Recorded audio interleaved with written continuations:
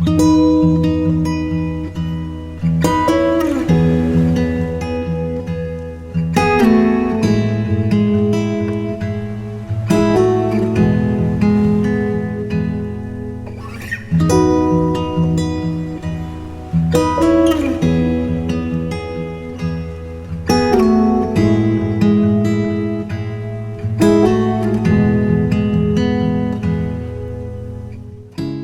guys, and welcome to another Watch Geek video. Today we're taking a closer look at the new Revelot Hexmariner 39. Now if you follow my channel, you know I featured the Hexmariner twice already, the original 42mm that I found slightly too big, and the original 39 that in the dial configuration that I used, I found that it looks and wears smaller than the specs would suggest due to the sloping rehaut and another line where the markers or the minute hashes are printed on. Now this is the second generation of the 39 and a lot of things have stayed the same.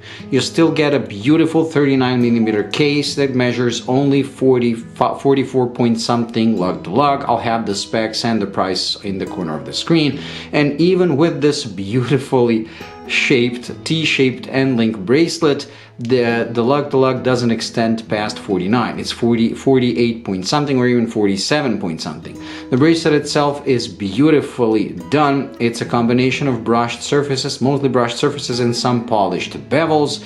Comes with solid end links, solid links, comes with a milled out clasp. And in this generation they improved the clasp. You can still get the old style one that had the holes for sizing, but for only $20 more you can pay for on-the-fly adjustment, and to me it's pretty much a no-brainer. If you ever tried a bracelet with on-the-fly adjustment, trust me, you will never go back to regular ones. So the $20 upgrade is definitely, or the pay is definitely worth it. The watches themselves in this early bird phase are going to be around $300. I believe from $280 to $320 depending on the configuration. You get a sapphire crystal, you get a ceramic bezel, and you get a Seiko NH35. So pretty standard when it comes to this price point.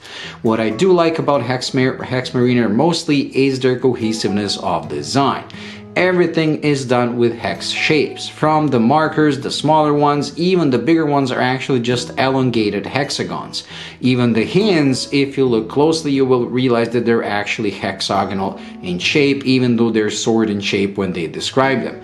The counterweight of the seconds hand, the main pip of the seconds hand, and even on the bezel, these long lines between the numerals are actually hexagonal in shape. So I like this cohesiveness in design, and I love that the case shape with its sharp lines and transitions between the polished and brushed surfaces also works with the hexagonal shape of the markers and hands. Now in this generation they again offer quite a lot of colorways, but the star of the show is definitely the Mother of Pearl Mosaic. The way they do it is they take a Mother of Pearl and they cut hexagonal shapes on different parts of Mother of Pearl and then assemble them on a brass dial. The result is spectacular. Under macro, in person with your naked eyes, and from a technical perspective, it's just amazing that they managed to make such small tolerances to make all the pieces fall in together and to create this beautiful play of light. So from a technical perspective, this is a very impressive dial and the one you should go for. But my channel is done in black and yellow. Those are my colors, the colors of my logo, and I love that colorway.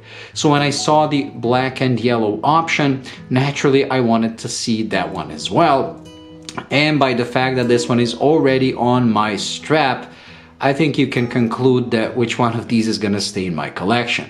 They're both gorgeous watches, but this black and yellow is just on another level. Another thing that not only impressed me but surprised me was the fact that the yellow one is actually a full lume dial.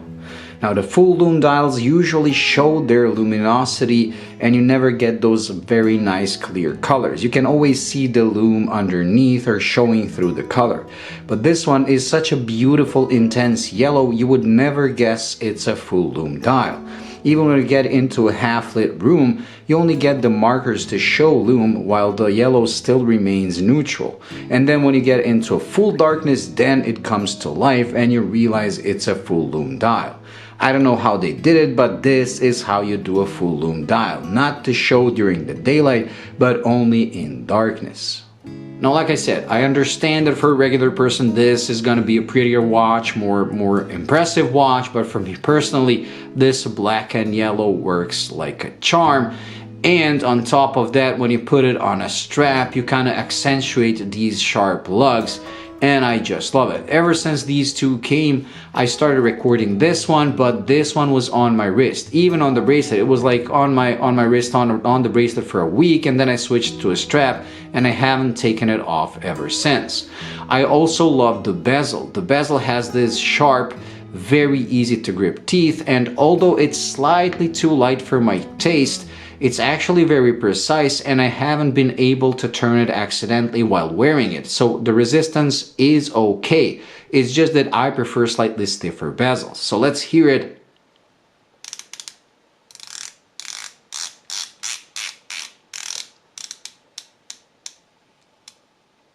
So as you can see, very precise, very firm clicks. I wish it was firmer, but it's actually like a safety deposit box. It's very clicky, very nice. You get a lumed crown as you would expect for like any other Hexmariner, and like I said, they just launched, so in this pre-order phase for just around $300.